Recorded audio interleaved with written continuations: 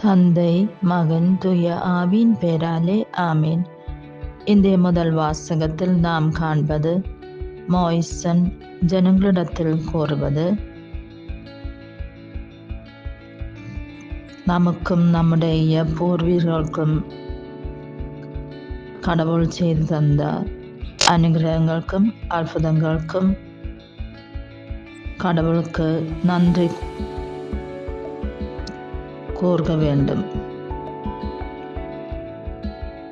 நம்முடைய பொருளும் சமயവും சக்தியும் சாநித்தியവും கடவுளுடைய காரியங்களுக்கு செய்வதற்கு கொடுக்க வேண்டும். இந்த இரண்டாம் வாசகத்தில் புனித பவுலோஸ் கூறுகிறது, கடவுளின் வசனம் நம்முடைய பக்கத்தில் உண்டு. அதனால் நாம் கடவுளின் வசனம் வாசித்து தியானித்து நம்முடைய வாழ்க்கையில் வாழ வேண்டும். கடவுளின் வசனம் நம்முடைய உதடிலும் ஹிருதயத்திலும் உண்டு. நாம் இயேசு கர்த்தாவாகும் என்று சொல்லவும், ஹிருதயத்தில் கடவுள் இயேசுவை மரணத்தில் நின்று உயிர்ப்பித்தார் என்று விசுவசித்தால் நமக்கும் மற்றவர்களுக்கும் மீட்பு கிடைக்கும். இயேசு எல்லார்களுடையும் கர்த்தாவாகும். நாம் இயேசு கர்த்தாவென்று பிரசங்கித்து ஏராளம் பேரை இயேசுவிடத்தில் கொண்டு வர வேண்டும்.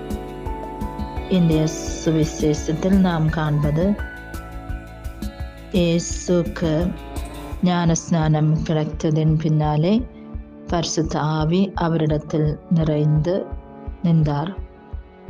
பரிசுத்த ஆவி இயேசுவை பிசாசினால் சோதனை செய்வதற்காக இயேசுவை பாலைவனத்தில் கொண்டு சென்றார்.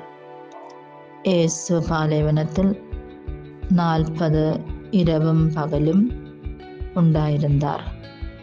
இயேசு உபவசித்து இருந்தார். இயேசுக்கு பசி வந்தது. இயேசுவிடத்தில் பிசாஸ் சொன்னது, நீ கடவுளின் மகன் என்றால் இன்றைய கல்லை அப்பமாக்கி சாப்பிடு. இயேசு கூறினார், மனிதன் அப்பம் சாப்பிட்டு மாத்திரமல்ல வாழுவது, கடவுளின் வசனத்தால் தான்.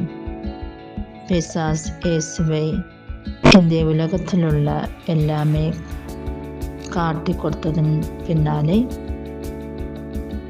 இயேசு அவனை ஆராதித்தால் இதெல்லாம் இயேசுக்கு கொடுப்பேன் என்று சொன்னான். இயேசு கூறினார், கடவுளை மட்டும் ஆராதிக்க வேண்டும் என்று எழுதப்பட்டிருக்கிறது. பின்னாலே பிசாஸ் இயேசுவை கோவிலின் மேலே கொண்டு சென்று அங்கே நின்று சாடுவதற்கு தூதர்கள் அவரை காப்பாற்றுவார் என்றும் சொன்னான்.